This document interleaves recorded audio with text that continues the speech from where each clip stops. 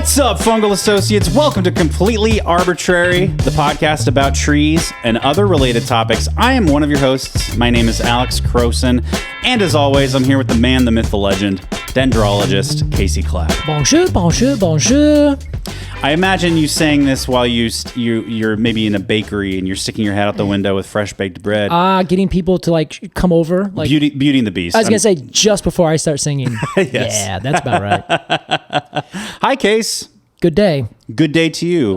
This is a brand new day. We took a week off last week, That's right. and we've made some changes. Oh my God, have we ever, Casey? We've actually. Funny enough, we bit off a little bit more than we could chew and had to like move some projects around. But everything seems to be going nicely in some regard. But we have we got some fun news that we wanted to share. Also, a little bit of a, I guess, what is it? It's more of a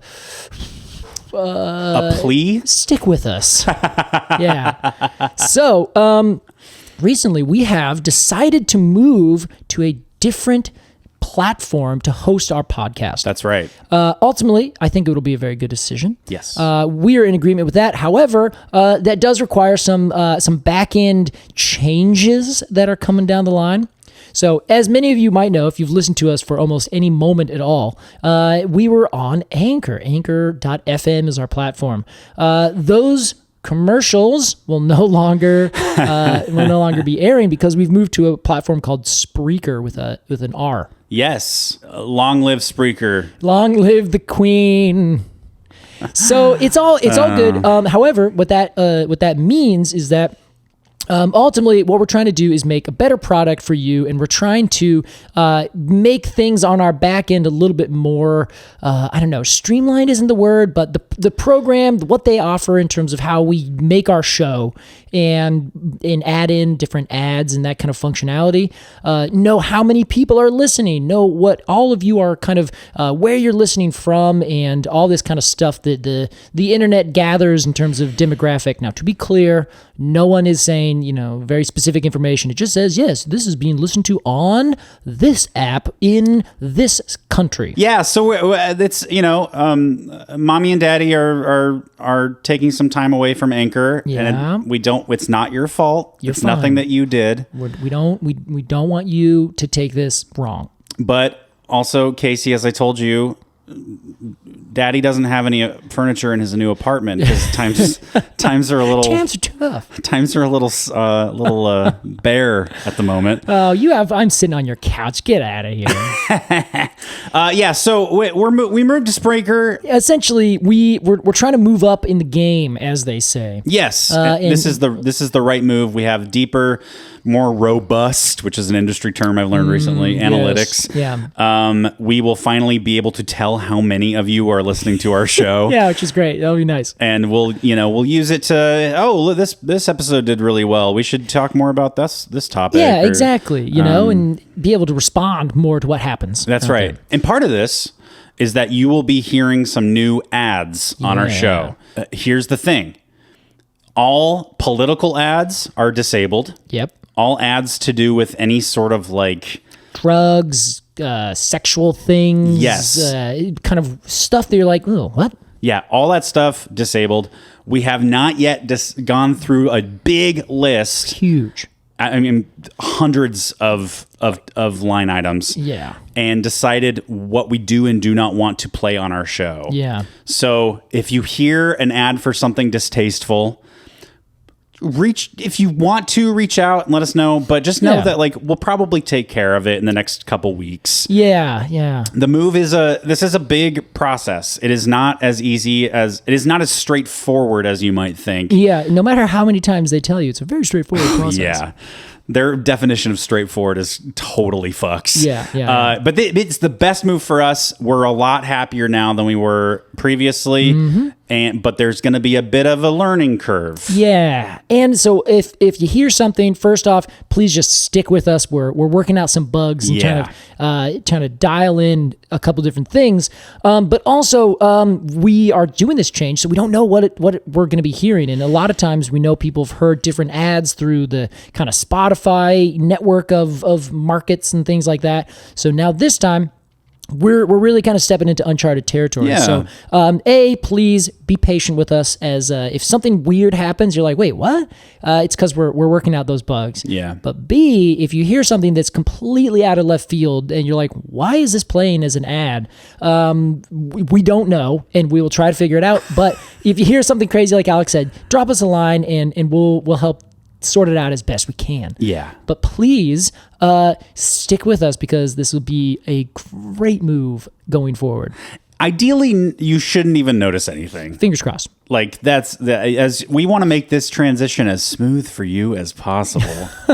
Oh, yeah, butter them up a little. Was that like weirdly erotic to say? No. This is good. Casey, speaking of erotic, we have got a lot of new listeners to our show recently. Exactly. Our most recent series on Succession was a big success in terms of our download numbers, Casey. It was a lot of fun. We love that so much. It was fantastic. If you are new to the pod from that or recently, we say welcome. Welcome. And an initiation, we say what we call our listeners. This was from literally day one of our podcast. Yeah. We call you all fungal associates, and if you want to know why, go back and listen to that first episode. So Casey, in order to welcome our new listeners, our lovely new fungal associates, I've prepared a few words. To you, our dear new fungal associate, it is with great honor and gratitude that we welcome you to Completely Arbortrary.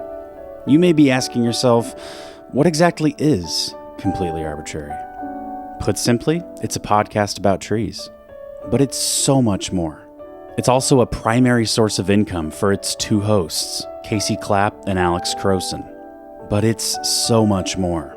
It's a free, weekly show dedicated to our arboreal friend, the humble tree, and the vast breadth of its influence on every aspect of human life.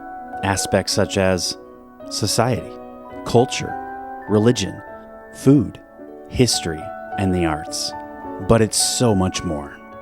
For each episode, our research and development team selects one species from an almost infinite list of trees.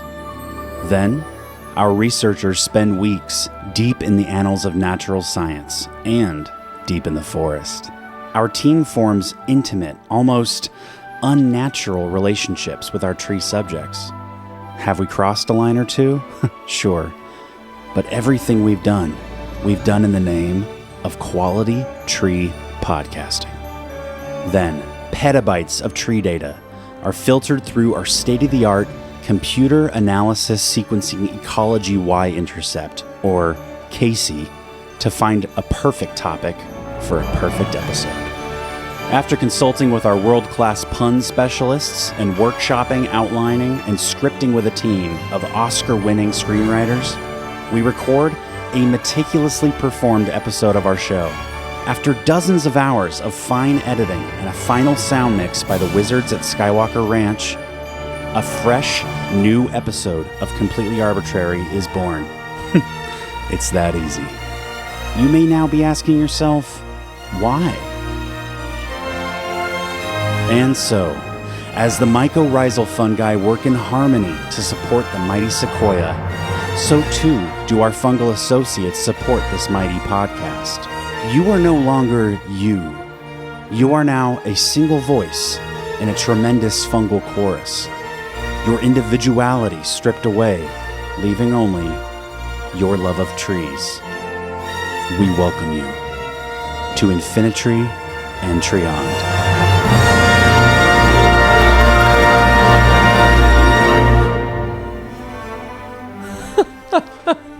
Alex, that was so much more than I expected.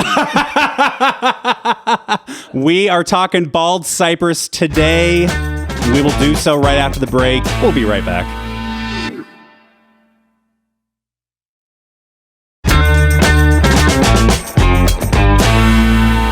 Welcome back to Completely Arbortrary. Today we are talking The bald cypress, Taxodium distichum. Very close, Alex. Taxodium. Taxodium. Yeah. You know, in the UK, they call it distichum. Ah. And then when you insult your friend, you call it you bald cypressed him. Because you dissed a chum. Alex, that was... What a long walk. That was good. A long walk for a tall glass of water is what I call it. For a tall glass of swamp water. That's exactly what it is. Gross, delicious, tea-colored swamp water. Well, Casey, speaking of swamp water... That's right. Let's imagine that you and I are walking through one of those, how about this? Yeah. Let's go imaginary on this one. Okay. There's the point and click adventure game called Myst. It's a huge classic. I love that game. There's a level in there that takes place on wooden walkways within a swamp. I remember that. There are all these big trees growing out of the water. Those are like pine trees, weirdly.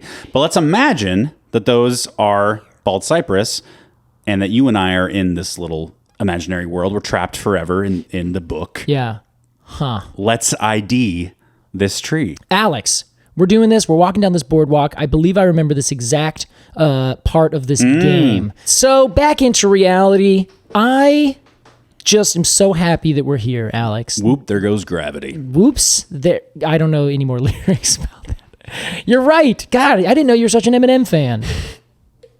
Says he's drinking water, spits it up all over his computer. Well, my mother's spaghetti is on my sweater already. That's the only line of any Eminem song that I know. Oh man, so many people are going to be so disappointed in our lack of Eminem's prowess here. I'm sure our listeners will be fine They'll with forgive that. us for this gaffe. Thank you. All right, so we are in the world. We're in fact, I'm going to say this term. I'm going to say sensu stricto, Alex. Wow. Sensu stricto. Is that what you said right before you slayed Julius Caesar? It is. To which he responded, "E2, Casey." And I was like, I don't know. I don't speak Latin. I'm sorry. Sensu stricto means in a strict sense. And I say this because just kind of real quick, we're going to gloss over this. There are 3 species of trees in Taxodium. Okay. Allegedly. Right. One is the bald cypress in a strict sense that we're talking about here. Sensu strictum. Exactly. Stricto. Stricto. And that is that's the bald cypress, Taxodium distichum, that we're talking about here today. Now, this tree grows in the Southeastern United States from the swamps of North Carolina down to Florida, over to Texas, and then up the kind of low areas in the Mississippi Valley, kind of all throughout that southeastern kind of wetland, lower latitude kind of area. Boy, can I just interrupt real fast, Case? You sure can. As somebody who is just diagnosed with ADHD and I can finally put a label on so many of the ways I think. Yeah. It is so fucking impossible for me to follow you when you're giving those sort of geographical locations. Really? Yeah, I just, and this is a thing, I guess. I started following a bunch of meme pages and they were like, when somebody tries to give you verbal directions and it's just like you're nodding with your, okay. No knowing way. that they're completely meaningless to you.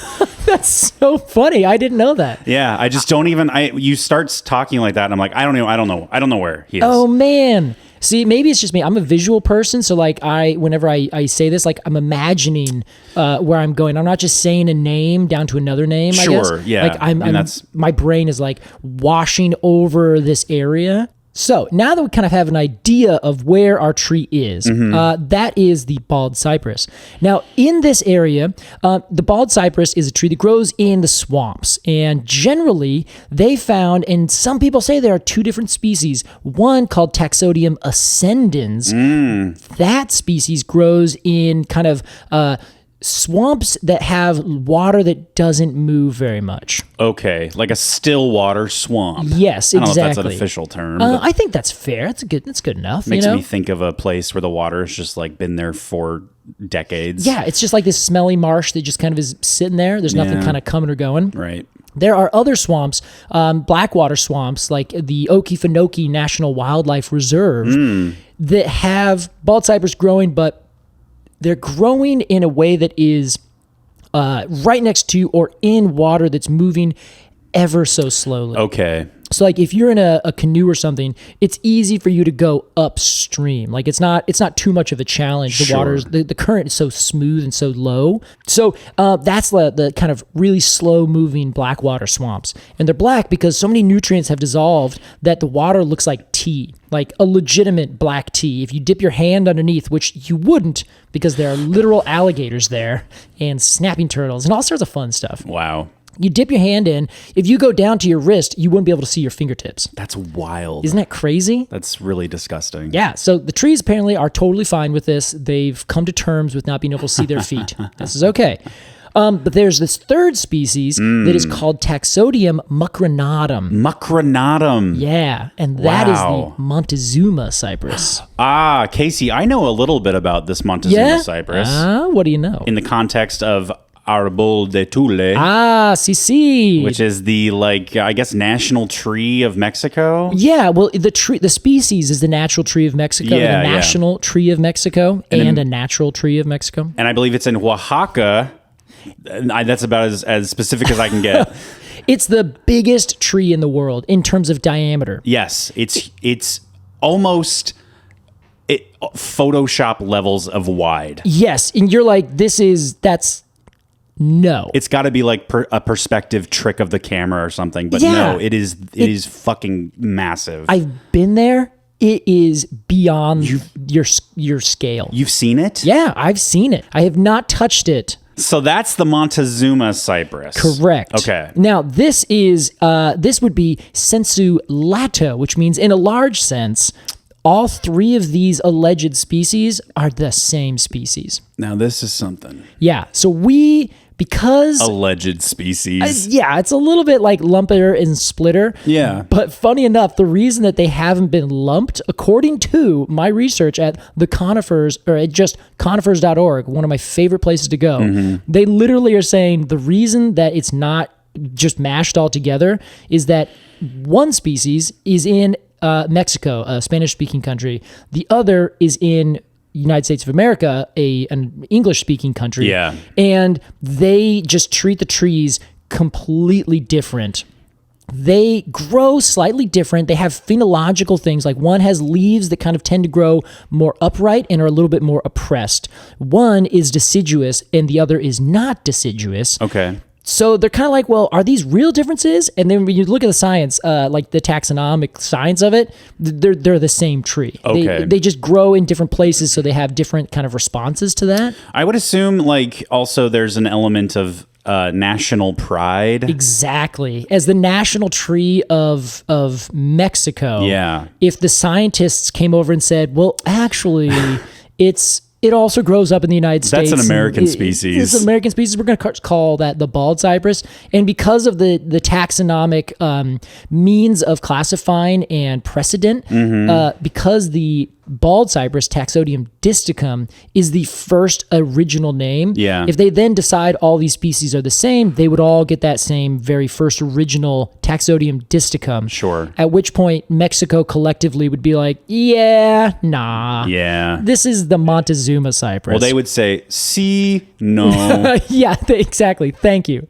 So in this case, for two reasons. One, respect. I feel like, there's a pedanticness to me, and at other times it's just like, you know what? Yeah, that is a different species. You got to give it up. You just got to give it up. Yeah. The other thing is, I want to talk about that species more specifically one of these days. Yes. So for the purposes of our podcast, where we choose a different species every episode, it's just better for us. We've split this. Yeah, I do the same thing with cones. I think I talked about this with Michael Kaufman and you, where it was like, yeah, I'm more of a splitter because then I get two species of cones for my collection. Hell yeah. So in this case, we're going to talk about the bald cypress sensu stricto. This is the cypress, the bald cypress that grows in the Everglades of the Southeastern United States. Correct. That is the cypress we're talking about the today. Swamps of the Southeast, that's right. Maybe in northern Mexico, about it. But everything else down further south in Mexico, different Montezuma species. land. Montezuma. Casey, let us ID some characteristics of this tree because it's a Great very idea. curious tree. I feel, I've done some research. Okay. And I find that every element of this tree is sort of unique. Yes. It's not really a utility player at all. Not at all. This thing is like invested in its personality. That's a fantastic way to describe it, Alex. It's the tree that like developed this one thing, and when it got made fun of in high school, it just steered into it. Yes, now it's like an influencer about this thing. Yeah, exactly. So the first thing that you're going to notice is that it's obviously growing in swamps. You'll very rarely find this tree growing in like an upland site. You can plant it there and it will grow fine, but it tends to naturally find its way to these really lowland areas. Yeah. Specifically, it'll take inundation by water, like have water over its roots for almost its entire life. As long as it can get established wherever there's a little bit of ground, and then if it gets flooded, it kind of goes away, flood comes, flood goes away, and it kind of can get up above the water level and start photosynthesizing normally, it's going to survive. That's pretty impressive. That's really impressive. That's some good investment, Right? And I know I'll be tall enough to get over this water line someday. It's an amazing ability, isn't Yeah. it? It's kind of like the mangrove, where they grow underwater and they're just hoping and waiting and knowing they're going to get there. Yes, absolutely. So this is the kind of, I would say, an inland variety of a mangrove and less tropical. It'll take freezing temperatures. It'll do just fine. We have them planted here in Portland. I would love to see some. I will find you some. They're Are not they, very. Most of them I know of aren't very big. So you'll also notice, of course, in the springtime, in the spring and summer, this tree's gorgeously green. It's got everything it needs. You're in your boat. You're walking on your boardwalk, and you get inside of a grove, and you're like, wow. You look up and you see these straight, single-trunked organisms. Very rarely do they have multiple trunks. Maybe 2, maybe 3, but most often they're going to be a single-stem tree growing upwards. Fantastic. At the base, they will have this fantastic buttress. An intense buttressed base. A buttress base that would make Sir Sticks-a-Lot proud. Wow, that was really hard to say. It would make Sir Sticks-a-Lot jaw drop. He'd pull his Ray-Bans down and be like, "What?" That's what this is about. He'd go shade tipping. So you see this tree and you're like, whoa, its gargantuan base comes up to this perfectly smooth stem. It's got the only thing I think we can call utility about this is the bark. Okay, fair enough. The bark is kind of this reddish brown fibrous bark that kind of doesn't get very thick, not very thorough, just kind of slowly expands and creates these little kind of shallow ridges.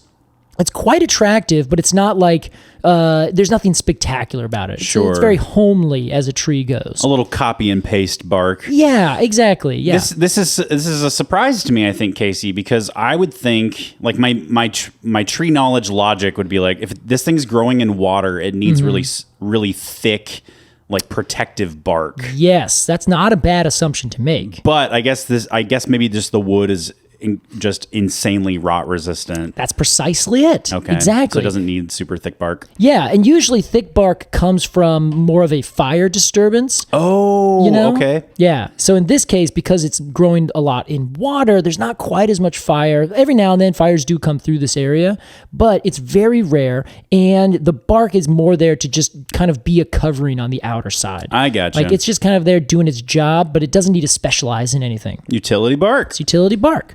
Now, being utility bark, of course, doesn't make it, not attractive, but you're going to be like, who cares? And you're going to look up the tree. And then as you look up the tree, you'll notice that it starts to get just an incredible crown. And I'm talking about old, big, mature trees where when they're young, they start very pyramidal. They look, like a normal conifer growing up, that kind of triangle shape. Yeah. But as they grow and they get into the canopy and they get upwards of 140 feet in some cases, they can really get up there. Big tree. The problem is they grow in where we get a lot of hurricanes. and that just destroys their canopy. Oh, geez. It doesn't destroy it, though, in a way that you're like, ooh, that's bad for the tree. It just kind of knocks off the top. And then the sides start to grow a little bit quicker, and it kind of develops this flat-topped appearance where it has this single stem that comes up, and then it almost looks like a candelabra just kind of like holding up the rest of all the canopies and the branches. So I'm assuming that this thing, a bald cypress grows around its friends for like wind dampening. Yeah. Is that some? It's exactly right. As a forest tree is growing in a forest, all the trees end up protecting itself, except for the very tallest kind of exposed ones. And those probably learn their lesson come hurricane season and go, oh, I'm not going to try to excel. I'm gonna just hang out with my friends down here. Yeah, exactly. They're all C students by cabal. That's exactly right. Yeah, so that you've pinned the tail on the donkey. That is the very classic kind of form where they all develop together to have this like very uniform top kind of canopy, and they intersperse and they have different things, kind of branch growing over here, branch growing over there, but they still break off every now and then. But then they keep on growing back and like maintaining this big canopy all the while they're getting bigger and bigger. And this is a thing that happens with a lot of old big trees where they just get bashed. But then when they grow back, the base that they're starting from, like the base where that branch kind of began, is really strong and tough. Oh, sure. Because it starts like a normal single tiny little branch, then the tip breaks off and then it regrows. But each year, the base that didn't break off puts on a ring of wood. It's like scar tissue that just builds up and up and up until it's like rock solid. Exactly, until it's like so huge and tough and old, where the leaves maybe just be fluttering around like butterflies, but the branches themselves are just completely made of stone. Hey, you know what? Adversity makes you stronger, Casey. Precisely, Alex. It's true in people, well said. It's true in trees. It's exactly. In fact, I bet you we got the idea from trees. Just saying. Probably. We could. Hey, here's a book idea. You've been very into writing lately. Yeah. Got a book pitch for you. Okay. Tree. I don't have a title for it, but tree, like the philosophy of trees, right? Ooh. And it's like what ways trees are related to humans in terms of philosophical sort of lessons. What idea. Ooh, you think I'm good enough to do that? Yeah. Wow, Alex, this is a great idea. But you're going to need to hire me. Okay, all right. This is written by Casey Clapp, ghost written by Alex Crowson. We put ghost written on the cover. Yeah, I love that idea. Casey, so this is a conifer. It is. I'm assuming, as most conifers that I know, this grows needle-length leaves. It does. Okay, but you said it's also deciduous. It is. Let's talk about these needles. So the Taxodium, it used to be the namesake tree of Taxodiaceae, which used to be a family that included the redwood, sequoia, glyptostrobus, which they call the water pine or the water fir, as well as the Don redwood. Exactly. Glyptostroboides. Right? Okay. So all these trees used to be in one family. So all of the systematics of the tree basically came down the last couple of decades to say these shouldn't be in their same family. Like Taxodiaceae is not special enough to be a whole family. They're actually in the Cupressaceae. Wow, a shattered family. Yeah, it's been dissolved and smashed into this other big family, the Cypress family. Wow. Because the cones are all there, but all the leaves are spirally arranged, and all of the peltate cone scales are also tend to be spirally arranged. Sometimes they're opposite in their cones. So for the most part, they look and have the taxonomical basis of Cupressaceae. So, although it's called the bald cypress, it's from an old family. It doesn't exist anymore. Yeah. The foliage is more Don redwood / redwood style. Precisely. Okay. That's exactly right. It has these little twiglets that come out and has little lanceolate or like linear shaped tiny little needle leaves that come off of it. And those individual twiglets are the entire thing that falls off. So there's not an individual needle that is deciduous like a larch, for example. Yeah. The entire small twig is what dehisces and falls away during the fall. Wild. Yeah, it's a really old trait. Remember how we talked about the Wollemi pine? they do the same thing, where essentially their entire branch gets shed with all the leaves on it when that branch is no longer really needed. And redwoods do a similar thing. Even though they're evergreen, they release their old needles from, several years ago. So those needles fall off twig by twig by twig. Okay. So they're not releasing the individual needles. Yeah. They're like they're just dropping plates of food. Yeah, pretty much. Okay. Yeah. And so those little plates of food come back, and when they're attached to the stem, they are alternately arranged on the stem. So you have a bud over on the left, you move up, you have a bud on the right. Move up, you have a bud on the left. And then those buds create these little tiny twigs, and then those little tiny twiglets fall off in the wintertime. Wow. Okay, so you keep your twig, but the twiglets are gone. Exactly. Okay, and you grow new twiglets next spring. That's exactly right. All right. So this is a deciduous conifer, and the color is, oh my God, it's like this stunning, like fire yellow orange. Hell yeah. Where it just kind of becomes this dark, like, wow, like really intense. And then slowly but surely they all fall away, and you're like, okay, that was pretty cool. That was pretty cool. See you next year. See you next year, buddy. Hags. Then next year comes, boom, gorgeous bright green foliage that comes. It's very feathery, and it then starts to develop its cones, which are these little round balls that look a lot like cypress cones, like really, really similar. Yeah. And those little cones will then kind of fall apart piece by piece. They tend not to stay as these big circles. Cypress will kind of open up and dry out, and the scales will part. The seeds can fall away. Yeah. The bald cypress, the not cypress, its cone scales, as they dry, they kind of crumble and fall apart. Okay. So that's good, because then it can like hit the water and kind of float away, and then bloop, pop in a new spot. You got yourself a new fantastic tree. They're sort of, but not really dehiscent cones. Yeah, I think that's fine. That's the right way to describe it. They're like neo-dehiscent. I think that's the best way. Yeah, exactly. Or maybe like paleo dehiscent. Oh, where they're more just like they've been doing it for probably a lot longer than your now dehiscent pines and that kind of thing. Sure. Not pines, but things in the pine family. Like cedar cones are like a modern take on dehiscence. Yes, exactly. Okay. They've done it correctly. They had the research and development. They saw a good idea and they refined it. Right. Yeah, exactly. They're driving Hondas. Yes. This is like Model T. Precisely. This is like Flintstone car. Yeah, you get it. Casey, you brought some bald cypress cones over here to our studio last week. Yes.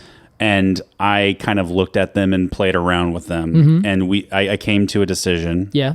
That if you want to describe this to somebody, as you and I do on this podcast, in a visceral way. Yeah, like really, really put it in someone's mind's eye. Yes, what these cones look like and feel like. A dried up, medium-sized dog's shit. That is perfect. So now that everyone, like, they get it now. Australian Shepherd. Yeah, not a big dog, but not a tiny dog. Like a perfect medium Australian Shepherd. Yeah. Took a shit last week. Yeah. And it's in the middle of summer, and it's dried, and it's this little 2-inch, 1.5-inch little turdlet. Yeah. Speaking of lits. Hey. And that is, imagine that. Okay. Now that is what this cone. That is it. Is. I love that. I hope everyone was just waiting for some like really, really nice, beautiful descriptor. Right. And it's like, yeah, it kind of looks exactly like poop. Just poop. Hey, you know what? Back to basics. Some things are there, Everybody does it. You're totally right. So everyone actually has a pretty good idea of what we're talking about here. Okay. That is the cone. Yes. That is the foliage. There is one more thing. Oh, I know where we're going. Alex, it's all knees and elbows. Heads, shoulders, and toes. What are we missing? Wait a minute. Casey. Alex. We've got to talk about the knees. The cypress knees. If there is something that the bald cypress has that nothing else has, this is it. It's the knees. And I shouldn't say that nothing else has them, because they're called, in a technical sense, pneumatophores, which I love as a term. Pneumatophore. Yes, yeah. It's the pneumatophores. They're here. Can I take a stab at describing what these are, Yeah, Casey? please, go for it. Okay, so everybody knows what lenticels are, and if you don't, a lenticel, imagine a paper birch, these little or cherry tree. They're very iconic on cherry or apple trees. Yep. There's these little lines, horizontal lines on the bark. Yep. On twigs, they're just little dots. Yes, and they look like these just little tears in the bark, horizontal. Those are lenticels, and they exchange gases out, I guess. Yeah, I think mostly out, but some in, but generally not. Mostly Okay. it's just like if there's something that needs to go out, that's where it goes. And I've equated it before to like in a cartoon when somebody farts and their jeans split Yes. from how strong the air is, right? The air Yep, pressure. That's exactly. It's just letting out a little fart and it has to rip somewhere. I can't, it doesn't have a mouth to do it. Hey, everyone does. You don't fart out of your mouth. All right. Back on track. I can do this.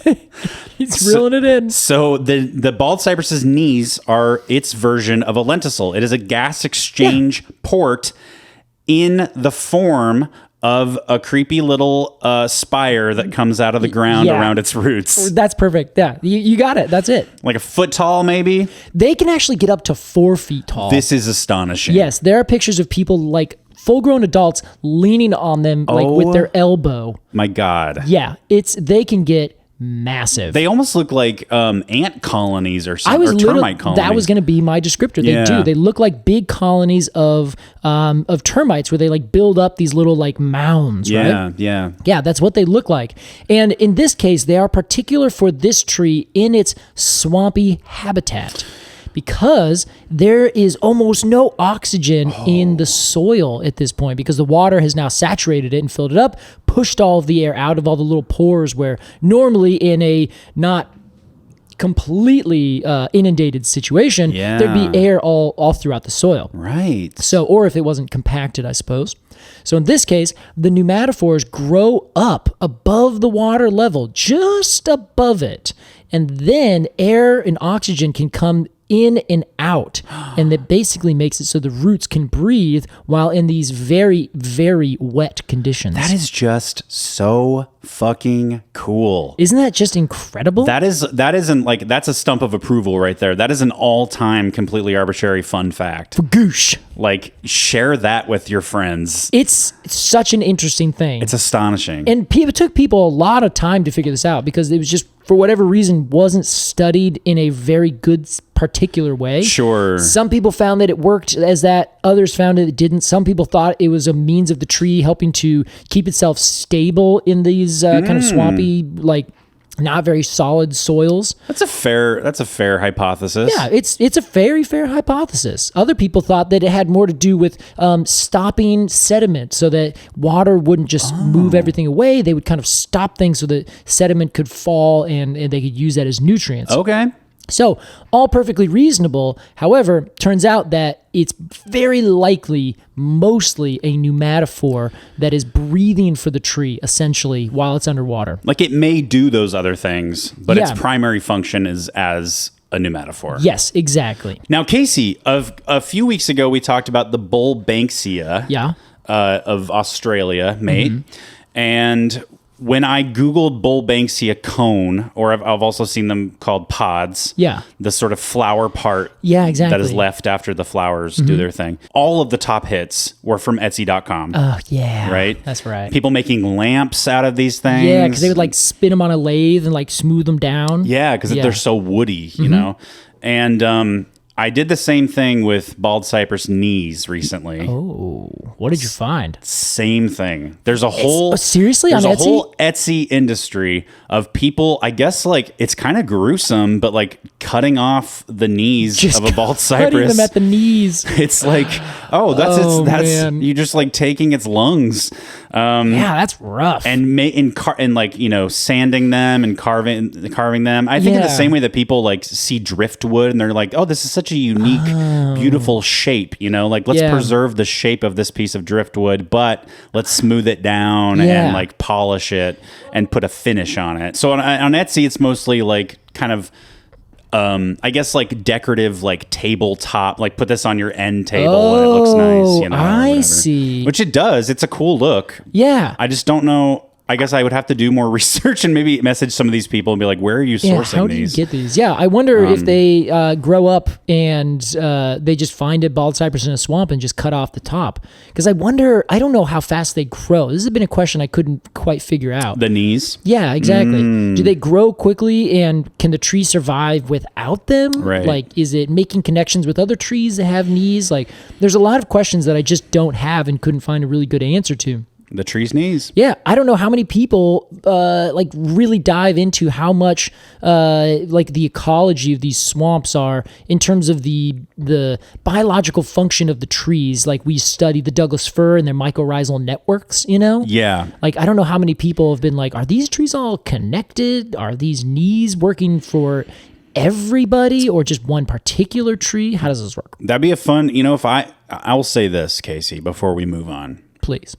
If I were a grad student and I had to select an area of study for my thesis, which I think is how this works, I believe you're on so far. I would be like, hey, send me down to Florida for a few weeks.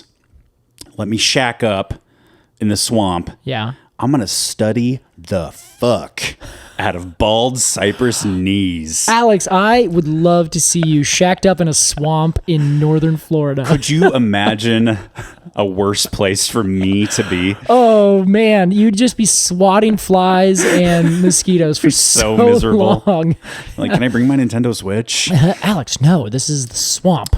You went on a road trip, and on your way back, you were planning like a get-together with some friends at a hot springs in, I think, Southern Oregon. And you invited me, and you said, but I have to tell you, I don't know if it's really your scene.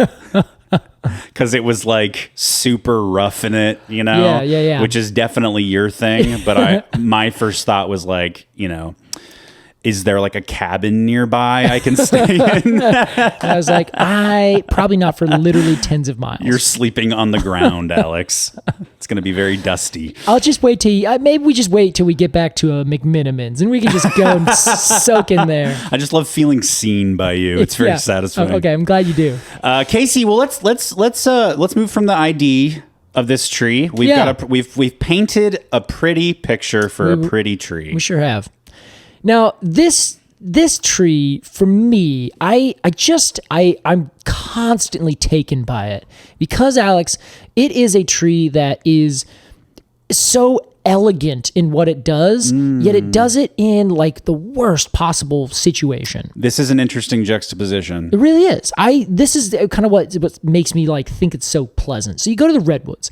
The redwoods are these giant cathedral-like massive monolith trees, and you look around, you're like, oh my God, I'm in a forest of giants, and there's ferns over here, and there's smaller trees here, and you kind of get this like, whew, like everything feels like it really comes together. There's a cohesion to the aesthetics of the landscape. Yeah, exactly. Like you feel like this place was designed, like by an exterior designer. Someone with some view of what makes this whole thing beautiful. Yeah. They got their hands on it. Almost like an intelligent design. You know what I mean, Casey?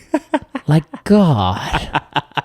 God didn't go down to the swamps of Georgia. Although the devil did, Casey. There's a whole song about that. And that, my friend, he's the one who made the swamps with bald cypress. You could not have set that up better. That's going to the Webbies. So as it happens, Alex, this tree grows in these swamps. I think personally the swamps are gorgeous. I love the aesthetic of a like black water with these, all these water plants growing next to it with pond lilies and tall flowers and these trees with just Spanish moss hanging down like a drape, They're just such lovely trees. I also love the form that they take. But then when they grow in not these like big black water swamps with alligators and turtles and things everywhere, and you find them in like other kinds of swamps, like say Congaree National Park.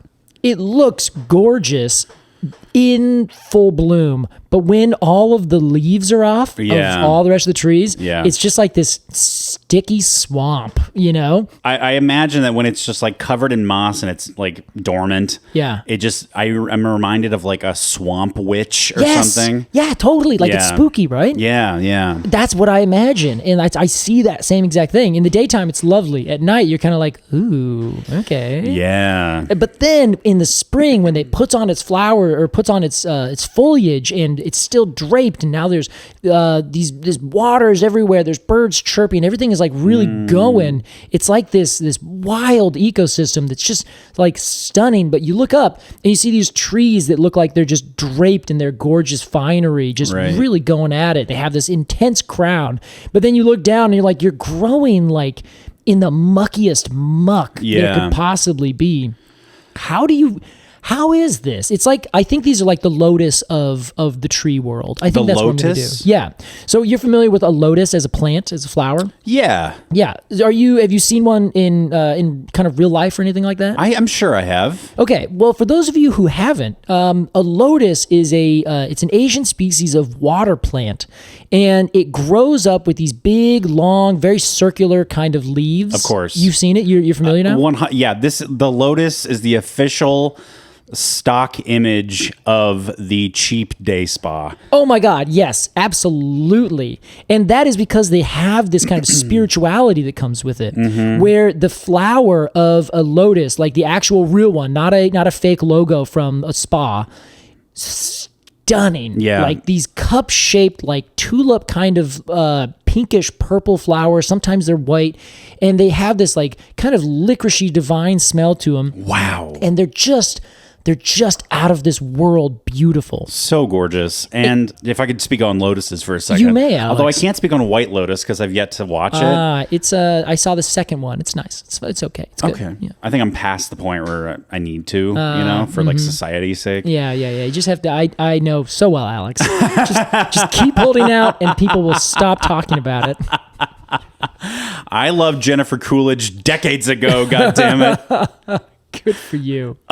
So the lotus has this sort of this great beautiful elegance to it, and I feel like as opposed to I guess maybe most flowers I can think of, it's got these really thick sort of magnolia flower style petals. Yeah, totally. And so they're very rigid. And then the way it sits, these kind of alternating petals, it looks like a little like crafted, like somebody made this out of glass. Yeah. And it's like very intentional looking. I have actually seen someone make this out of glass. Oh, like there you go. It used to be in my house. So yeah, I love the lotus. That was my soapbox about the lotus. Casey, Alex, what about the lotus? So the lotus spiritually, which is why it's in a lot of spas, these spas try to take the imagery of like Buddhism and kind of this enlightenment idea. And the whole point, and this is why they have this kind of, thing, is that they would say that the lotus grows in the worst, muckiest, awfulest, disgustingest places. These swamps that are in the very bottom, they are the definition of blindness. You can't see anything.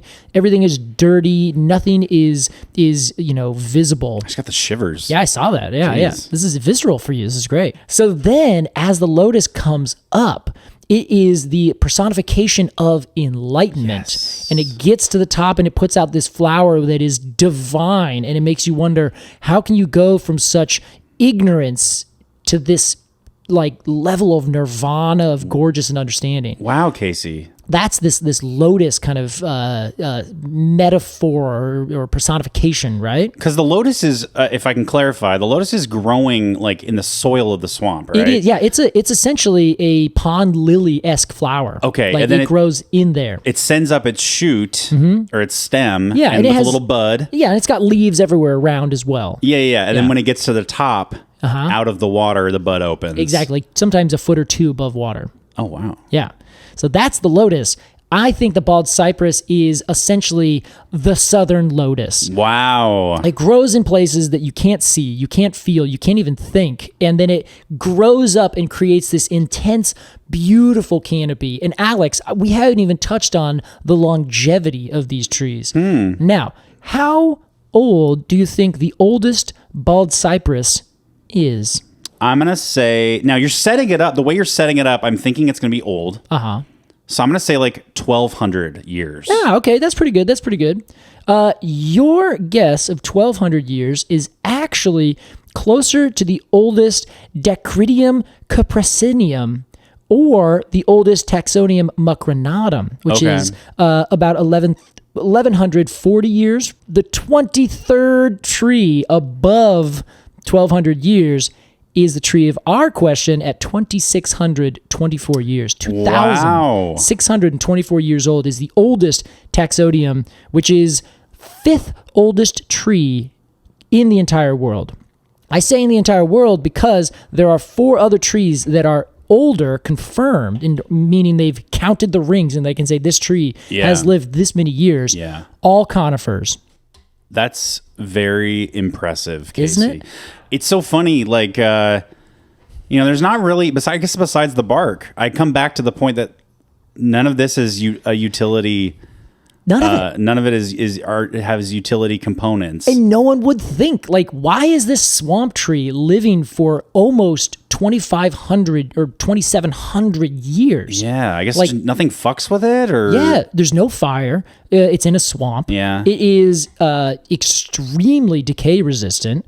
It grows in a place where almost nothing else grows. So it's like, well, I have Nyssa aquatica to hang out with, which who cares about that? Right. And it just continues to just move on. So it's this tree that just kind of said, I'm just going to do my thing forever. As long as I don't decay, I'll be here. We talk about like, how long could a tree live in a vacuum? You know, this is pretty close to being in a vacuum. Yeah, and who knows how many other trees we cut down before we actually looked and said, how old are those? Yeah, you know what I mean. Now, Alex, just because I'm, everyone's wondering, what are those other trees? What are the 4 trees that are older? Can we play Family Feud? We can. Dun dun. This is it. Dun dun dun dun dun dun. Bow. Okay, so it looks like we got 4 trees on the board. Alex, this is not our game segment, by the way. Yes. Can you tell us? Name those trees. Okay. That are older than the bald cypress. You got to go. Name a tree that's older than the bald cypress, and I go. Name a tree, Alex, that's older than the bald cypress. Alex, what do you got? Douglas fir. Good answer. Good answer. Good answer. All right, let's see if we got Douglas fir on the board. Douglas fir. Survey says, Case. Survey says. Casey's so annoyed. Looks like we don't have Douglas fir. All right. No, the oldest Douglas fir, 1,350 years old. Okay. Well, let me get serious. Comes in on about maybe 20 on the list. I know a few that are definitely on here. All right, let's get it. Let's see what you got. There's bristlecone pine. Survey says bristlecone pine. That's Pinus longeva comes out at the top, 5,067 years. Naturally. Ooh. These are conifers. These are all conifers. So I can't say quaking aspen. Nope. This is all single stem, count one single number of needles on one thing. Okay. White bark pine. White bark pine does not make the list. Well, it does make the top 4. It's actually way down there somewhere. All right. We have the new one that people thought beat out the bristlecone pine. Yes, that's right. Distophia or whatever. Fitzroya cupressoides comes in at number 2. Survey says 3,622 years. Alex, you're killing it. You got 2 more. 2 more? Okay. I'm going to say sequoia. Well done. Survey says Sequoia comes in at number 3. Alex, not only are you getting these, you're doing them in number 1, 2, and 3. That's how I do it, baby. Sequoia dendron giganteum, 3,266 years is the oldest one we've found so far. Now, here's the thing. My instinct is to go, well, the other one's Coast Redwood. Yes. And I'm going to do that. You shouldn't have, because that comes in at 2,267 years, all right. Which is 1, 2, 3, 4, 5, 6, 7, 8 on our list. So for the sake of brevity and so that I don't have to guess a bunch of more trees that I don't know, why don't you just go ahead and tell us number 4? Number 4, Juniperus grandis. Oh, wow, a juniper. A juniper. This is the Sierra juniper that grows in the eastern side of the Cascade, the eastern side of the Sierra Nevada. Up there in the mountains, just crushing it on its own. It's just doing it. Just lives. That's all it does. It comes in at 2,675 years. A tip for anybody interested in becoming a really old tree: move up where somebody would never dare grow. Yeah. Find the worst place. Yes, just plant yourself and just read a book. I think that's the right move. If you try to get down here in the hustle and bustle of the urban forest, or out in sort of the suburbs, you're not going to cut it. There's already plenty of competition. Exactly. It's a saturated market. Yeah. You're not going to crush the hemlock that's been there for 300 years. No. Just move up to the mountains, become a hermit, and just bide your time. It's a long-term investment. Exactly. Tortoise, don't hare. You get it, Alex. Casey, beautifully said. I love your passion for this tree. Thank you. And I'm very excited to see what your review will be. But we must take a mid-roll ad break. But we'll be right back with the bald cypress.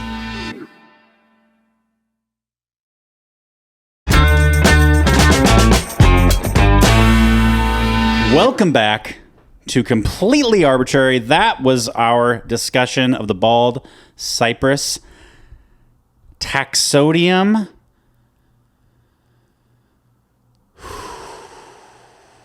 distichum. Well done, Thank you, Alex. Casey. So many people who've ever tried to learn tree ID and had to take a test just were like, I get you so hard right now. You remember distichum and you remember Taxodium and you're like, what is the other name? You know what helped me? What? Was thinking about distichum. That's it. Casey, as our resident expert, will begin with you. Okay, Alex, thank you. This is just one of my favorite trees. And Wow. I had been wanting to go find them in their swamp habitat for so long. Yeah. These trees in their swamp habitat, and I saw them particularly in Okefenokee National Wildlife Swamp. Yeah. And in Congaree National Park. And Alex, I'm going through those photos right now. And I'm as taken by them as I was when I was actually there. Yeah. Because there's no other tree that grows quite like it. They have these pneumatophores that come up and just blanket the area around. They have this gorgeous, the buttressed base. And I am a fan of buttressed bases. I'm not gonna lie. I will say it. We've said it before. We'll say it again. Casey is a Sir Sticks-a-Lot. I am a Sir Sticks-a-Lot. So honestly, this tree is an enigma. It does all the things and nobody knows why, and there's not really good reason for it. It just happens to be one of those like low key. Wait, I'm sorry. Who? The bald cypress?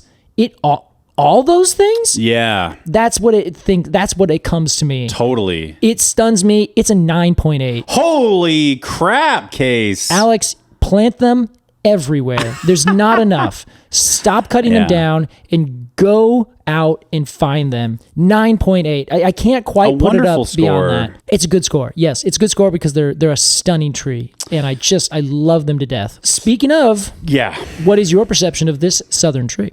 I didn't know much about the bald cypress going in. Okay. I think the bald cypress, stunner. Aesthetically, really cool, Casey. Environmentally, very cool. Yeah. Okay. I love it. Does your voice ever crack and then you pretend it was on purpose? Never. It's always on purpose. I think the sort of dichotomous aesthetic, the juxtaposition of this, swamp, and I know there are probably plenty of swamp lovers out there who think it's the most beautiful biome, but traditionally the swamp has a reputation for being, spooky, full of politicians. Yeah.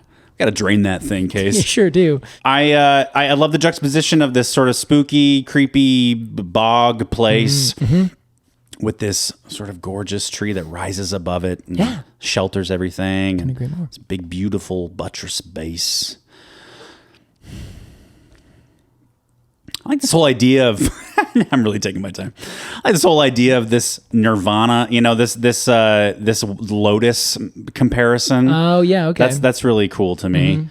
My God, I am feeling somewhere in the 8s In fact, I'm going to go double eights, 8.8 golden cones of honor. 8.8. That's basically an 88. That's our highest cone score we've ever had. That is a fantastic score. Thanks, Casey. I'm a little bit bummed that it didn't reach 9, so we couldn't play some music for it. But Well, this is fair. I have to go with my heart. We got to get you down to the swamps is what we got to do. I'm sure. See, I like every one of these trees. If I experience them more, I experience trees. I'm not like I don't live indoors 24/7. Sure. I'm not a bubble boy. But if I were among these trees more, I'm sure I would have a slightly higher opinion or a worse opinion depending on the tree. You could be like, every time I see those trees, I get bit by mosquitoes. Right. So I give it a 5. Right. I think that's also a fair thing. I think the interactions of any sort are valid.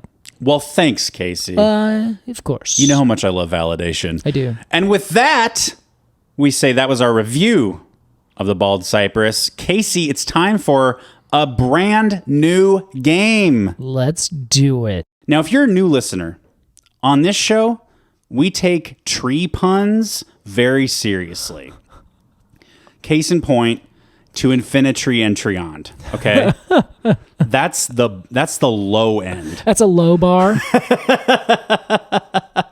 We love tree puns here, and I thought we could make a game out of it, Casey. Let's make it happen, Alex. This is a little bit pun tree, a little bit log and soil.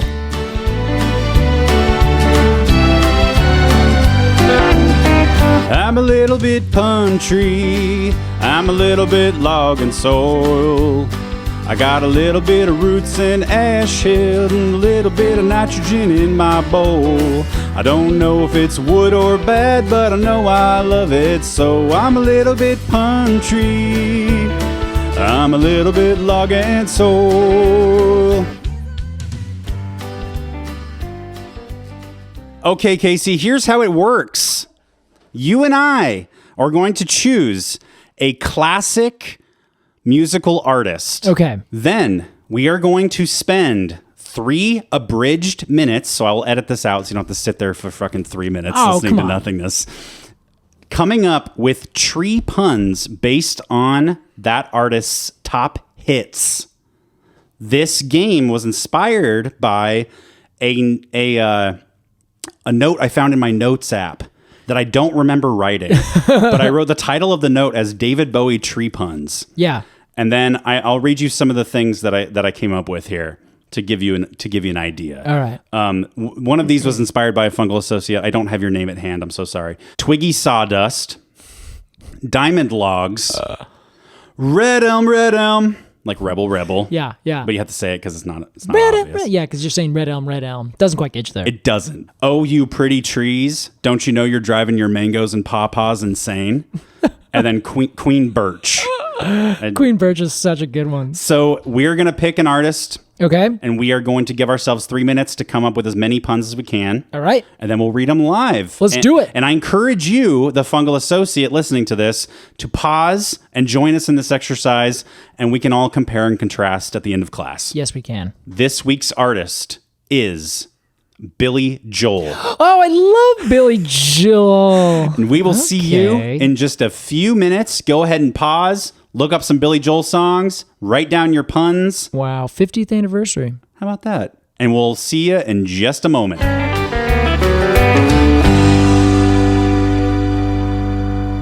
Okay, we are back with a little bit Puntree, a little bit log and soil. Casey, would you like me to read these? Yes, I think that would be great, Alex. With the understanding that we came up with all of these together. We tried our best. Yeah. Well, yeah, that's the whole point of this game is that it's a metaphor, right? It is. It's a metaphor. They don't need to be good. In fact, they can't be. Okay, here's what we got for Billy Joel songs. Uptown Burl. Very good. Good one. We Didn't Bark the Fire. We didn't bark the fire. Yeah. That's right. I did this edit without letting you know. I was going to say, and this is in reference to, of course, trees having bark that is fire resistant. That's right, Casey. Yeah, or rather, this is the trees that don't have fire resistant bark. Yes. They didn't bark the fire. We didn't bark the fire. And now you're dead. Traveling Pear. I didn't know this song. It's called Traveling Prayer. Yes. It's a very like... She's Always a Woodman. To me. Moving Elm, Anthem Tree song. That's maybe our worst one. I was just going to say, I think that's our best one. Well, there's something to that case. Okay. The entertainer. Yeah, see what we did there? Mm-hmm. See, everyone get that? The strangler. Very good. Xylamzabar. We really tried on this. Scenes from an Italian Cypress. That one's not funny. Yeah, but I think it's good. Or though. clever. Yeah, it's both, I think. Okay. Only the wood die young. Yeah, that's a great one. Not bad. Just the LA you are. Perfect. That's probably my favorite. I think that is true. It still is a sweet song. But I maybe saved the best for last. The longest pine.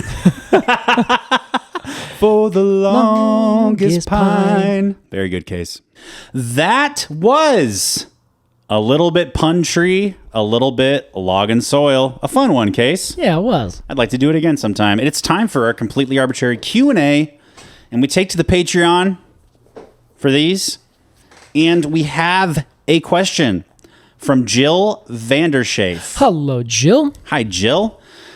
Hi, favorite podcasters, says Jill. Whoa, Trying to butter us up. All right, I accept. I'm a huge fan of trees, thanks to the pod, and I'm looking into a career change. How exciting, Casey. Oh, yeah, that is. My background is in math and data / statistical analysis, but no environmental science experience at all, unless you count one, and I want you to tell me what this is, unless you count one, quote, rocks for jocks class in college. Huh. What kind of forestry related work / topics involves a lot of data and analysis? Thank you for all you do.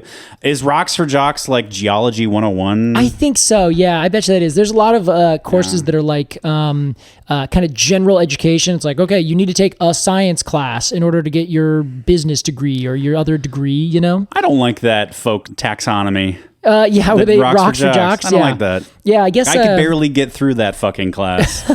Well, I guess that's the fact, I point. probably Is failed. They make it so it's like a very surface level kind of course, you know? I failed those. Okay, well, you've also succeeded, Alex, in many things, but I think that's fair. I'm just not great at science. Yes, I'm not great at school, and I'm not great at science. Yeah, so you put those two things together, and you're like, I hate this. Yeah. So Casey, a person who is in the previously in the math data field, wanting to work in trees, but not wanting to go to school for forestry or ecology. They want to apply those statistical analysis skills to a field in forestry. I've got some thoughts. Alex, please go. I want to hear your thoughts. This is I would say the script. And you can tell me if this is on track. All right. I'd say you could probably find a job with the city. Ooh, yes, okay. Like inventory, you know? Yeah. Or risk analysis or something like urban forest risk analysis. That's kind of what you did, but that's more arborist. Yeah, work. kind of to some degree. Yeah. Or how about working for a nursery? Yeah. Okay. Like a tree nursery. It's pretty much. I think, Alex, you could do any of these things because all of these different jobs or situations all need, most of the time, some kind of back end work, right? Yeah. There's data and organizational stuff going on behind any of this stuff. Yes. Now, the one difference that I can think of is that you could run a nursery and like do the data back there, but you're not really doing something with the trees. You're just like running a business, right? Right. So this question seems more focused on how can I apply those skills to actually working with the trees. Working hands-on with trees. Yeah. I've got another idea, Casey. What do you got? Forestry service. Yes. That's what I came up with. Okay, yeah. Because there is a whole subsection of the world that is just forest economics. Yeah. And that is where your statistical analysis, your data analysis, and math all come into play.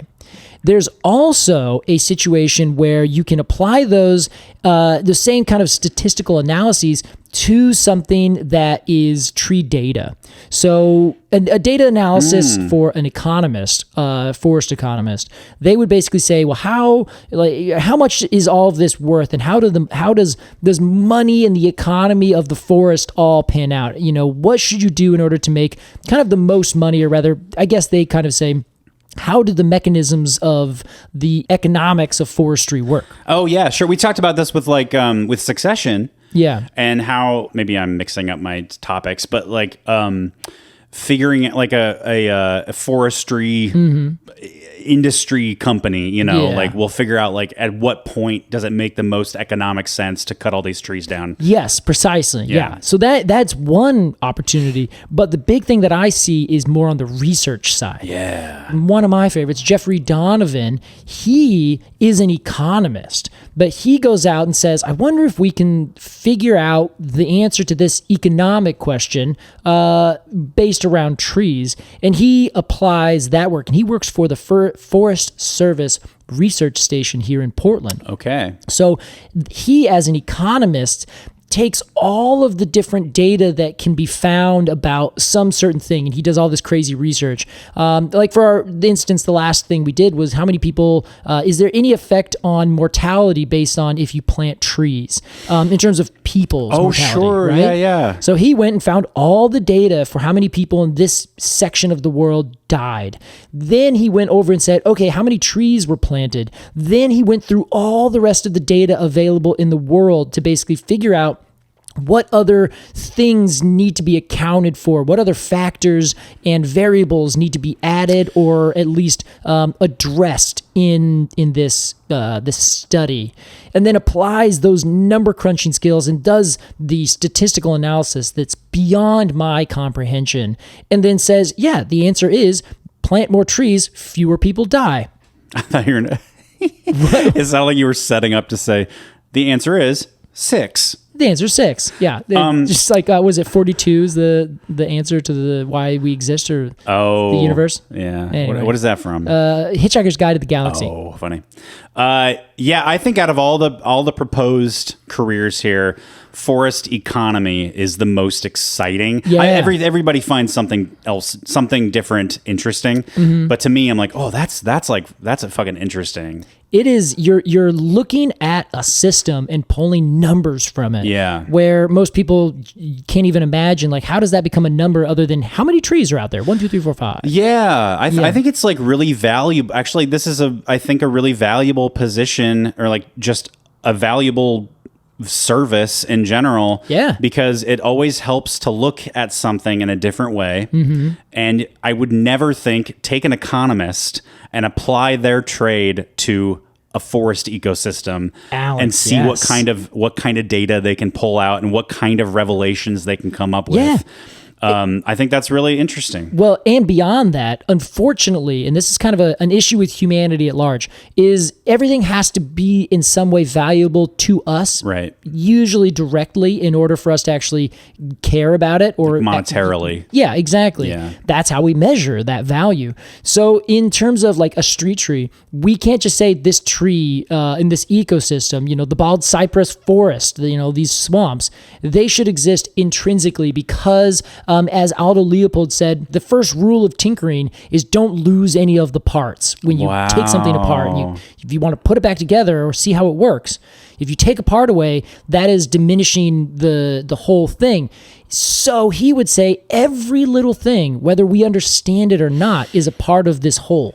And to take it away is to do something bad. So he says it has this intrinsic reason for living just because it is currently living. Yeah. An economist can take that idea, that philosophy, and whether or not that they believe, yes, this is as far as we need to go, the people who are pulling the purse strings don't have that. So an economist, one of the best things you can do would be saying, hey, I'm going to crunch all these numbers and I'm going to give a value and end up putting the entire urban forest ecosystem as a functioning infrastructure component, and somehow get that onto the positive side of a ledger in like a city's budget. So that they actually see that they're making money from this. Like, that is the thing that I really want to see someone, because you can say, oh, it's worth this much, but all the people see is the money they're spending on it. They don't see the money they're not spending on it. So if we can show the money they're not spending on it and put it over on their budget on the other side, now these things balance out, you know? Hell yeah. So that's another perfect example of taking your skills and looking for these intense analysis jobs. That is where you don't need to know anything about the trees themselves. You can talk with someone and collaborate and say, hey, I can't identify a tree from a bamboo, but I can run statistics that's so hard it'll blow your mind. Put those two people together, and all of a sudden you have someone who can do it all, you know? Wow. They go hard, these statistics. They do. They're intense. Well, I think that gives Jill plenty of options. I think you have to choose one of these. Please update us with what you choose. Yep. We also want to be on your reference list. Yes, of course. And I will take a, 7%? I think 7%, I think it's top? reasonable. Yeah. Anything else is, I don't know, it's kind of giving it away for free. Sure. Hey, Jill, thank you so much for your question. If you, dear fungal associate, have a question for us, join the Patreon, pretty please. It's $3 a month if you join that Q&A tier, and you get to possibly get your question on our show. And certainly get it answered. In fact, this week we're answering all the rest of the questions that we haven't been able to cover on each individual show. That's right. A bump up from that's $5, and you get 2 bonus episodes a month. We talk about a whole host of other related topics and trees. And above that, Casey, our crown jewel, the crown jewel of the Patreon, $10 a month, you get in that Cone of the Month club. Coveted. It is super cool. We get a different independent artist every month to illustrate a species of conifer cone. That's right. We print it on a sticker. We send it to you with a sweet little info card. You can learn all about it. Collect them, put them on a shelf, put them on a binder, put them on a notebook or a water bottle on your KitchenAid. Above that, Arbortrary Plus, you get 2 live streams a month from Casey and I. And above that, generous admission. That's right. It starts at $20. You can give whatever you want. It is just that extra thank you to the pod. If you've got the means and the desire, and we use that money, it goes straight back into the podcast. That's right. Even, I would say, because we're such a small operation, I would say even money that goes to buy groceries is going into the podcast. Yeah, to some extent. I think that's pretty accurate. Yeah. Yeah, it's very, meta to a certain extent. Case. Alex, we did it again. Wow, did we ever. Everyone who's here, thanks for being here. Everyone who's new and here, thanks for being here. And thanks for stopping by. Yeah. Thank you so much to our new fungal associates, our old fungal associates, our medium-aged fungal associates. Mm-hmm. We really appreciate you listening to our show. We literally could not do it without you listening and sharing with your coworkers and friends and family. We just appreciate you a whole lot. And with that, we say, thank you so much for listening to this episode of Completely Arbortrary. We'll see you next time. Goodbye. We'll see you then. Au revoir.